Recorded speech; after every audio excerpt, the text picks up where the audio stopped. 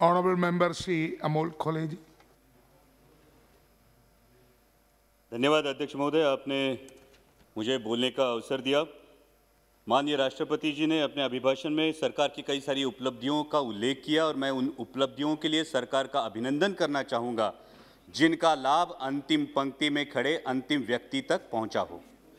राष्ट्रपति जी ने अपने अभिभाषण में नए संसद भवन के निर्माण की बात की, गर्व की बात है, लेकिन सवाल ये उठता है अध्यक्ष महोदय कि जिस देश की सार्वजनिक स्वास्थ्य व्यवस्था कोरोना की महामारी में बुरी तरह से एक्सपोज हुई हो, उस देश की प्राथमिकता क्या होनी चाहिए?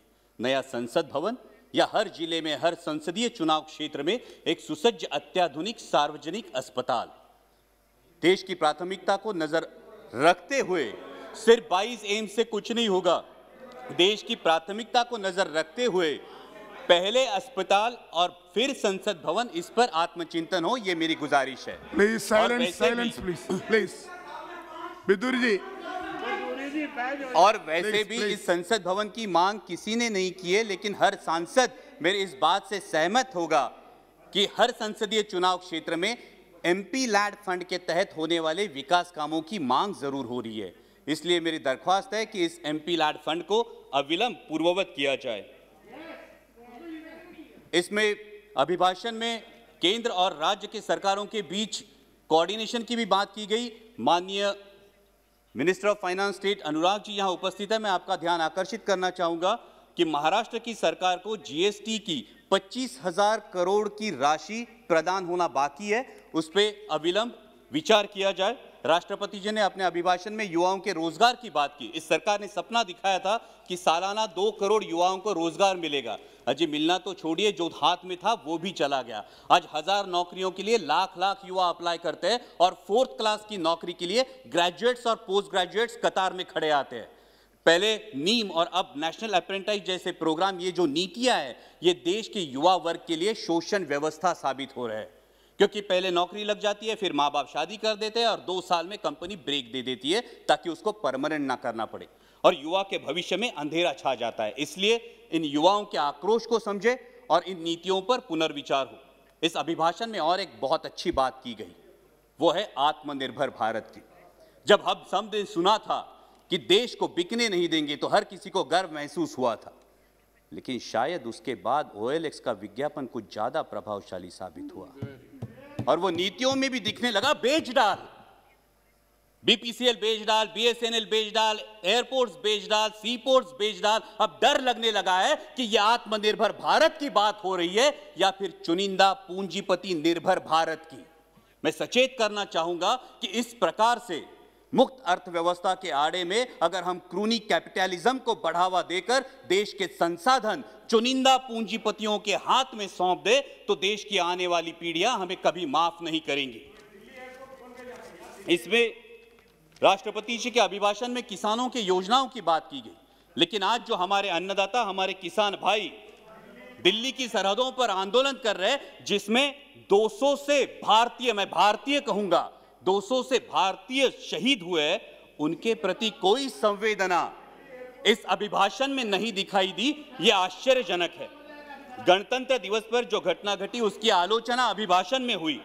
हिंसा का कोई समर्थन नहीं हो सकता, ना ही होना चाहिए, लेकिन उसके उपलक्ष्य में, sir please let me continue, हिंसा का कोई समर्थन नहीं हो सकता, ना ही होना चाहिए, लेकिन उसके उपलक्ष्य में इस किसान आंदोलन को बदनाम करने की जो साजिश रची गई वो निंदनीय है।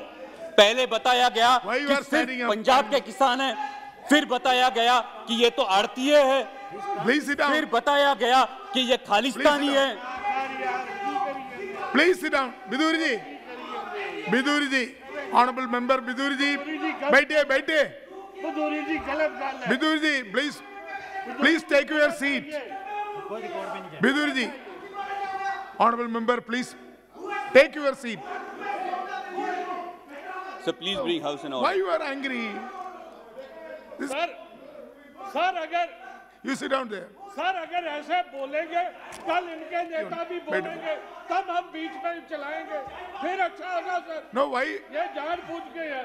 Whenever you, Bidur ji, whenever you will speak, at that time, that time you can tell everything. Why you are stand up every time? Thank you sir. Please. Sir, गणतंत्र दिवस में जो घटना घटी उसकी आलोचना अभिभाषण में हुई। हिंसा का कोई समर्थन नहीं हो सकता, ना ही करना चाहिए, लेकिन उसके उपलक्ष्य में इस किसान आंदोलन को बदनाम करने की जिस तरह से साजिश रची गई वो निंदनीय है। पहले बताया गया ये तो सिर्फ पंजाब के किसान है, फिर बोला गया कि ये तो आड़ती है, फिर बोला गया ये खालिस्तानी है, और फिर तथाकथित आईटी सेल ने और मीडिया के कुछ नुमाइंदों ने उन्हें देशद्रोही करार दे दिया। मैं पूछना चाहूंगा कि सर, जो बाप अपने 18 साल के नौजवान बेटे को बोलता है उठ तुझे फौज में भर्ती होना है, तूने बेल्ट की नौकरी करनी है, जो मां अपने बेटे को बॉर्डर भेजते हुए बोलती है कि अगर दुश्मन ने देश पे गोली चलाई तो तूने अपना सीना आगे कर देना है, तो वो देशद्रोही कैसे दिए जाते हैं? सर, आज बेटा सियाचिन में -डिग्री सेल्सियस में देश की रक्षा कर रहा है और उसका 70 साल का बूढ़ा बाप दिल्ली की सरहदों पर अपने हक के लिए कड़ाके की सर्दी में आंदोलन कर रहा है, तो किस मुंह से बोलेंगे जय जवान जय किसान? और सर, आज तो देश को 2 नए शब्द मिले हैं, उसमें से एक है आंदोलन जीवी। मैं शुक्रगुजार हूं इस शब्द के लिए, कारण महाराष्ट्रातले भाजपचे नेते सतत उठसूट आंदोलन करत होते, त्यांना काय म्हणायचं ते आम्हाला या शब्दामुळे कळलं। पण ज्या कष्टकरी वर्गासाठी आमचे बाबा आढावांसारखे सामाजिक कार्यकर्ते वयाच्या 90 ठामपणे उभे राहतात, ते मात्र महाराष्ट्राचा अभिमान है। लेकिन मैं पूछना चाहूंगा सर आपके माध्यम से कि जिस देश की स्वतंत्रता की बुनियाद ही आंदोलन हो, उस देश में इस बात का प्रयोग कैसे किया जा सकता है? सिर्फ 1 मिनट में कंक्लूड करूंगा सर। यहां पे कई माननीय सदस्य बोलते हुए उन्होंने परराष्ट्र में जिन्होंने अच्छी बात की उसकी सराहना की, लेकिन ये कैसी विडंबना है सर, जब ब्राजील के राष्ट्राध्यक्ष संजीवनी की उपाधि देंगे तो हम खुश होंगे, जब अमेरिकी पूर्व राष्ट्राध्यक्ष हाउडी मोदी बोलेंगे तो हम तालियां बजाएंगे, और जब कोई विदेशी मानवता के दृष्टिकोण से किसान आंदोलन पर टिप्पणी करेगा तो फिर वो फॉरेन डिस्ट्रक्टिव आइडियोलॉजी हो जाती है। सर, ये बैरिकेड्स लगाना, ये फेंसिंग करना, ये किस प्रजातंत्र का लक्षण है? सर, महामहिम राष्ट्रपति जी ने अपने अभिभाषण में आर्य चाणक्य के पंक्तियों का उल्लेख किया, लेकिन मैं इस सदन को बताना चाहूंगा कि उन्हीं आर्य चाणक्य ने यह भी बताया है कि जब राजा का अहंकार प्रजाहित से ऊपर उठ जाए तो समझ लेना कि उसके शासनकाल का अंत निश्चित है। और इसीलिए मैं दरख्वास्त करूंगा कि संवेदनशीलता से इस समस्या का किसानों के हित में हल निकाले, ताकि फिर हर देशवासी गर्व से कह सके जय जवान जय किसान।